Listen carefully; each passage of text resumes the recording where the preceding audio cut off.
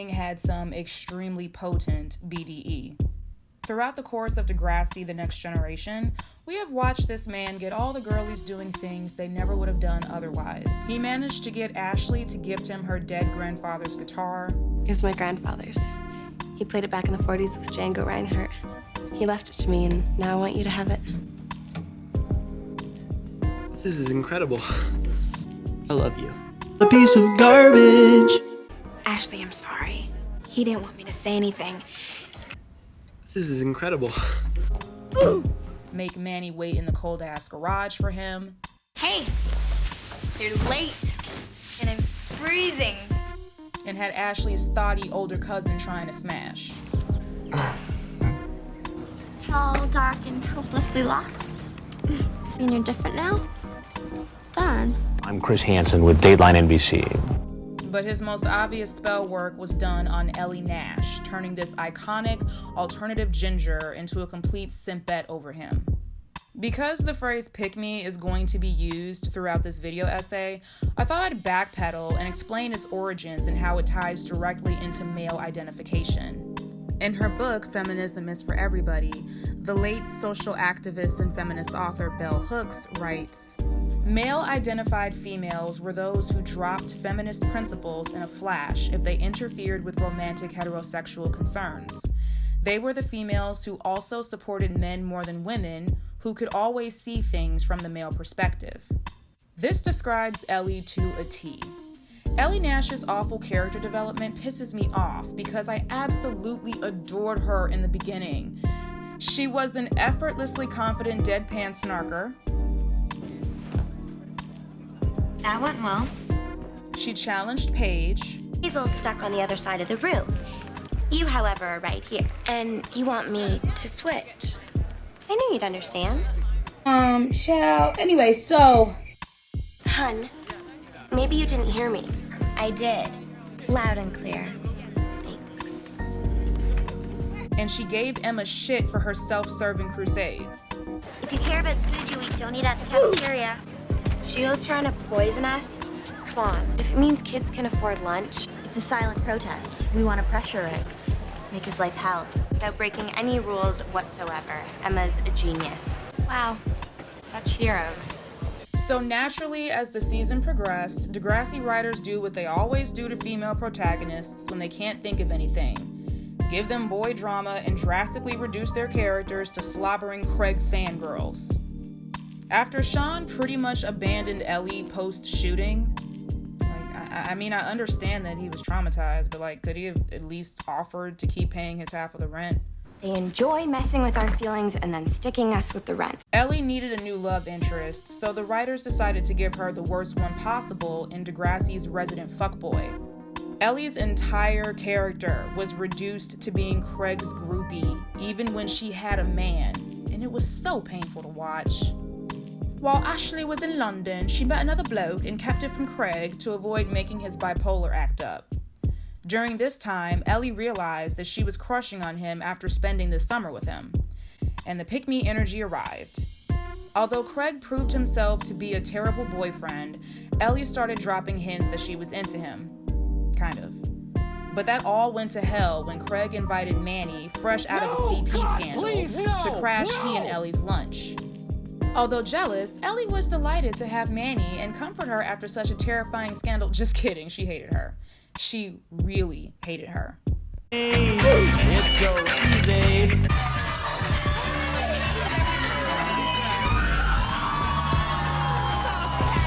Only after Ellie had ruined the band's performance and Craig had to run after her did she kind of admit she likes him. But Craig shut that down immediately and friend-zoned her, causing Ellie to just ditch the gig, leaving the band without a drummer. Maybe Manny ended up replacing her on drums? Okay, once again, I get it. They're teenagers, and I definitely was the Ellie in a lot of my crushes, so I understand. While I appreciated that Ellie later persuaded Craig to go solo because she knew it was inevitable since he was the Beyonce of the group anyway. I wanted my head to appear smaller. This all fell apart when he came back. Ellie, who had a boyfriend at the time, was clearly not over Craig, and it showed.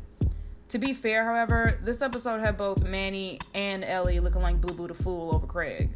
Manny because she slipped right back into her toxic male validation ways. Maybe I just need a little boost. Where is it? It doesn't really matter if I get the part because all that matters is how I present myself in the long term. Yeah, no, I mean, you have to get them to remember you. Yeah, because who wants to be yet another dumb, boring actress? Right, Ellie? Anyways, I told her just cast me as the funny girl, you know? I said that to her. It's smart, you have to get noticed, right? Oh my God. Thank you so much. And Ellie because, sis, you already have a man. What are you doing? I love you, Ellie. I love you too. So don't make me stop. And I'm still a piece of garbage. Speaking of Jesse, he may not have been the nicest guy. In fact, I honestly think he was a smug asshole. But he was at least emotionally available to her, and he tried to help Ellie's career. Your boyfriend gets you an interview with one of the most popular bands from 2006, and you squander it to give free press to your old crush? And this is the one thing I always hated about Ellie. She would let guys ruin important opportunities for her. She fumbled the Taking Back Sunday interview. Craig, I want you to meet the band. Guys, this is Craig Manning, local singer-songwriter extraordinaire. Make Damn Sure is one of my faves. I even do it in my set. I wouldn't mind hearing that. Ellie, we do have a deadline, so... There's always time for a song, though, right? Ciao. Anyway, so... All right, guys, we gotta go record station ID. Whoa. She hasn't interviewed Adam yet. Sorry, we're out of time. She almost quit the newspaper. I want to resign from the paper and us, so bye. I quit the newspaper. Leaving the Corps is the only way this is gonna work. And embarrassed herself at the panel she did with Caitlin Ryan because she found out Caitlin slept with Jesse. Jesse? Why'd you hook up with Jesse? Why? And how was it, Jesse? Slut. Caitlin didn't even know they were together. Ellie, if I'd had any idea. Jesse didn't say anything. And I'm not trying to justify Jesse cheating on Ellie at all. But even he knew Ellie had feelings for that. Failed singer-songwriter loser that you're still crushing on. Which ultimately led her to cheat first. During this infuriating episode, Ellie's pick-me energy causes her to dote on Craig. Here she is, giving him free press. Listen, I'm gonna do a profile on you for the Corps. Wait, hang on, Elle. Manny, are you okay? Here she is, bringing him coffee. Coffee? Thanks.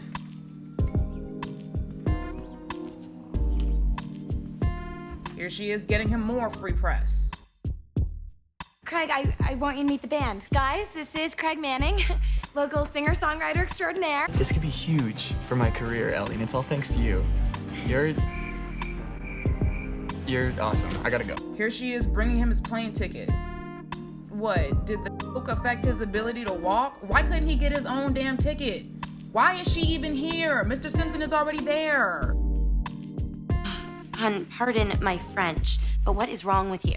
I should also note that it's funny because while Ellie thinks of herself as superior to Manny, Manny at least had the self-respect to walk away from Craig once she realized that he wasn't respecting her boundaries. He's already barely calling her. I'm gonna tell Craig you said that. Feel free if you can ever get him on the phone. Insulting her on the low. I'm not smart like she is. Yeah, you are. You're just not book smart. They ask you how you are, you just have to say that you're fine when you're not really. Not defending her when she's being attacked. West Drive is huge.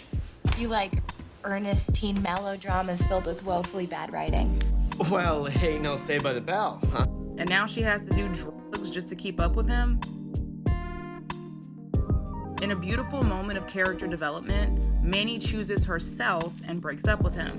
I'm about to run one of the best 1 or 2 days of your life. I'm dumping your ass, Craig. Bye. Meanwhile, Ellie just throws passive-aggressive jabs at Manny. I don't know how I made it through high school without having my breast shown online. And throws Craig's obvious lie in her face. He has a little bit of a problem if you haven't noticed. I think you have that the wrong way around. I found your loot bag and I know the coke is yours, Craig told me. Craig rewards all of her loyalty by doing this. Leave me alone, all right? I can't. Why not? Because. Because why? Don't make me say it.